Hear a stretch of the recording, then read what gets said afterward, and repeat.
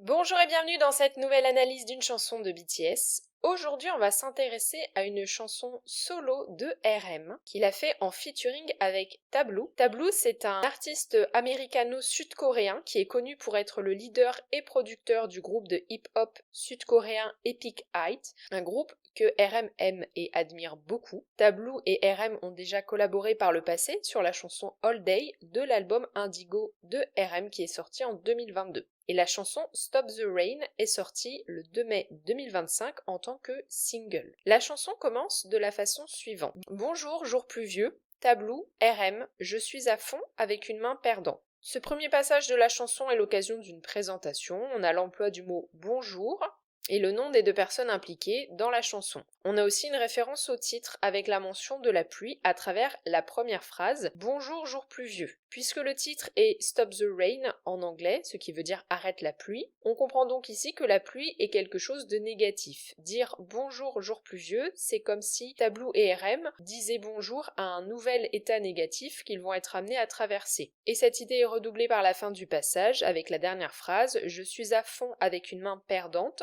qui est une référence au jeu de cartes de manière générale et qui désigne un joueur qui est en train de perdre. Ainsi, on comprend que la pluie est associée au sentiment d'être perdant et donc à des émotions négatives. Puis la chanson continue avec un passage qui est rappé par Tablu. Les professeurs disaient que j'étais un rebelle, mes parents disaient que j'étais perdu. Les pasteurs m'appelaient le diable, me faisaient m'agenouiller devant la croix. Depuis que je suis tout petit, on me traitait de tous les noms et on me dirigeait. Dos au mur si longtemps, appelez-moi l'enfant problématique de la douleur. Une maison religieuse, les temps étaient différents. Ils m'ont dit que j'avais un don mais que décrypter mon esprit était diabolique. J'ai été élevée dans la culpabilité, la honte, par la violence. Des veaux ensanglantés sacrifiés au nom de Dieu. Ils prétendaient que c'était de l'amour mais ça me brisait le cœur. Plus tard, ils m'ont dit « Bébé, toutes ces cicatrices sont là pour t'apprendre et te rappeler que tu veux voler plus haut. À quoi bon avoir une vue d'ensemble quand on est pris entre deux feux? Des fois j'aurais souhaité être écrasé dans le ventre de ma mère, réduit en poussière dans le ventre, mon parfum de jeunesse, un parfum impie. Pas étonnant que j'ai toujours détesté les adultes présents dans la pièce. »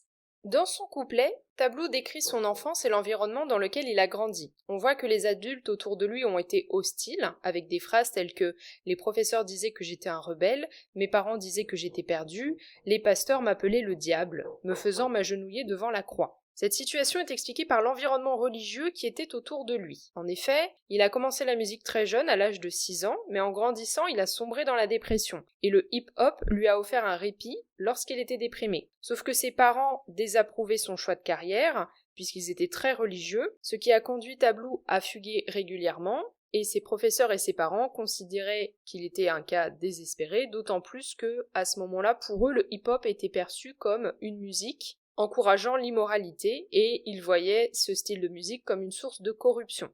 C'est pourquoi, dans ce passage, il emploie des termes appartenant au registre religieux tels que perdu, dans le sens âme perdue, ou encore le diable, ou encore la croix. D'ailleurs, il fait aussi une comparaison implicite avec un statut sacrificiel lorsqu'il dit des veaux ensanglantés sacrifiés au nom de Dieu. On a également une référence avec la phrase « Ils m'ont dit que j'avais un don, mais que décrypter mon esprit était diabolique ». En anglais, Tablu utilise le terme « gifted ». Si littéralement ça signifie être doué, c'est l'équivalent en français de surdoué. Mais gifted induit aussi l'idée de don, et donc il joue avec ce double sens pour l'opposer au terme wicked dans la phrase, qui signifie méchant, mauvais, malin, avec un sous-entendu religieux fort. Il emploie donc ces deux termes pour qualifier la façon dont ses parents voyaient son esprit, deux termes ayant une connotation religieuse qui permet de montrer à quel point la religion de ses parents ont eu une influence sur la façon dont ils ont perçu et traité leur fils. D'ailleurs, il souligne ensuite le décalage dans lequel il était à travers la phrase « Il prétendait que c'était de l'amour, mais ça me brisait le cœur ». Puis, vers la fin du passage, il exprime des pensées morbides. Des fois, j'aurais souhaité être écrasé dans le ventre de ma mère, réduit en poussière dans le ventre. On comprend donc que toutes ces pensées négatives sont intimement liées à la façon dont il a été traité pendant son enfance. Et à la fin du passage, il fait un bilan sur la façon dont il considère les adultes au regard de tout ce qu'il a subi. Pas étonnant que j'ai toujours détesté les adultes présents dans la pièce. Puis la chanson continue avec un autre passage, rappé par RM. La pluie va tomber, et demain ne viendra peut-être pas. Mais peut-être que les larmes vont tomber pour apaiser la douleur. J'essaye d'arrêter la pluie, je sais ce que ça fait. Ce troisième et court passage met l'accent sur la pluie répétée à plusieurs reprises. Le futur est présenté comme étant incertain, et demain ne viendra peut-être pas, ce qui permet de sous-entendre l'état de détresse de RM et le poids de ses pensées suicidaires, On a également un état de tristesse qui est présent à travers la mention des larmes, mais peut-être que les larmes vont tomber pour apaiser la douleur, on voit donc que la tristesse et la douleur s'entremêlent fortement. Puis s'ensuit un autre passage, celui-ci rappé par RM et Tableau. Je ne peux échapper à la douleur, j'ai l'impression de devenir fou, des pensées négatives envahissent mon esprit, les démons nagent dans mes veines, 2 secondes avant de tomber dans le néant, je ne peux échapper à la douleur, j'essaye d'échapper à la pluie. Ici, ils font tous les deux état du fait qu'ils ne peuvent pas se sortir de cet état émotionnel. Dès la première phrase, on le voit, je ne peux échapper à la douleur. Puis on a l'accent mis sur ce qu'il se passe exactement dans leur tête. On a l'emploi du terme fou, qui est un terme assez violent, mais qui vient marquer cette violence des sentiments. J'ai l'impression de devenir fou. On a également dans la phrase suivante l'emploi du terme envahir, des pensées négatives envahissent mon esprit, redoublé dans la phrase qui suit avec les démons nagent dans mes veines, il y a cette idée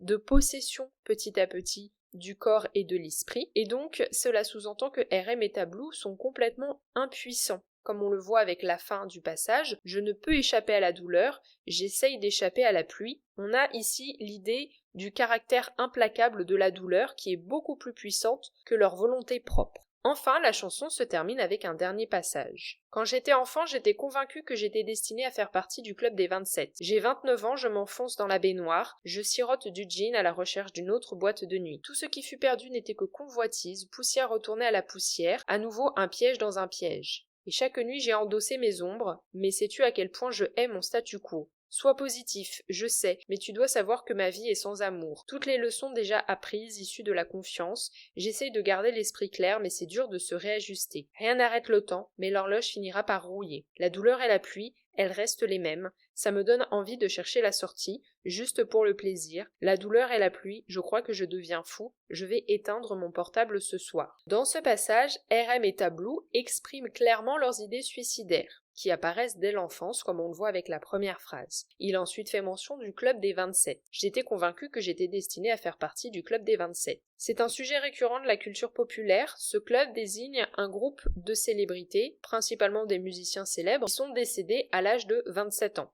Y faire référence permet de marquer encore une fois l'importance des pensées suicidaires chez RM et Tableau. On a aussi une référence à un autre âge, 29 ans. J'ai 29 ans, je m'enfonce dans ma baignoire, je sirote du gin à la recherche d'une autre boîte de nuit. 29 ans, c'est l'âge qu'avait RM lorsque BTS a fait une pause en 2022, et c'est pendant cette pause qu'il s'est consacré à ses projets solo. On voit que cette période est marquée par un mal-être profond et donc des pensées suicidaires. On a vraiment cette image qui est décrite à travers les paroles de lui seul dans sa baignoire, qui boit de l'alcool et qui est en train de chercher une autre boîte de nuit, ce qui indique un style de vie particulier, non pas tourné vers les réjouissances, parce que la boîte de nuit c'est aussi le sous-entendu de la fête et de l'amusement, mais ici c'est plutôt le sous-entendu de je cherche en fait à m'oublier en allant en boîte de nuit faire la fête avec des gens. Ensuite, RM met en avant la difficulté à rester positif pendant cette période très compliquée, mais sais-tu à quel point je aime mon statu quo? Sois positif, je sais.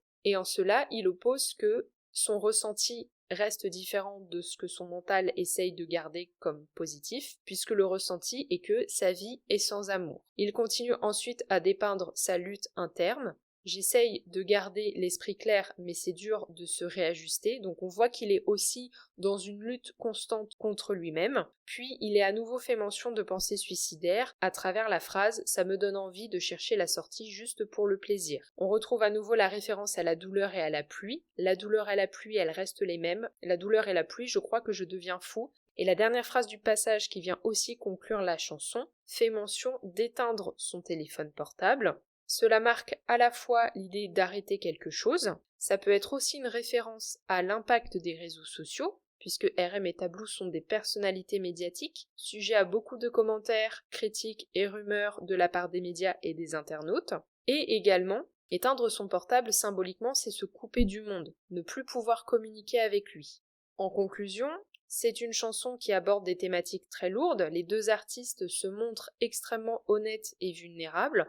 On voit que même s'ils ont eu tous les deux une vie différente, ils sont quand même deux humains avec les mêmes problématiques émotionnelles et mentales, et c'est aussi pourquoi ils se sont associés à travers cette chanson. C'est une façon de dire qu'on n'est pas forcément le seul à vivre ces périodes compliquées, et donc leur chanson, paradoxalement, elle peut servir de message positif aux personnes qui vivent ce genre de situation pour que celles-ci puissent se reconnaître dans les sentiments qui sont exprimés et peut-être effacer un peu le sentiment de solitude. J'espère que cette analyse vous a plu, n'hésitez pas à me dire ce que vous en avez pensé en commentaire. Si vous avez aimé, n'hésitez pas à laisser un pouce bleu et à vous abonner si ce n'est pas encore le cas. Vous pouvez aussi partager le podcast autour de vous s'il y a des personnes qui s'intéressent à BTS et à la K-pop. On se retrouve lundi prochain à 18h pour une nouvelle analyse.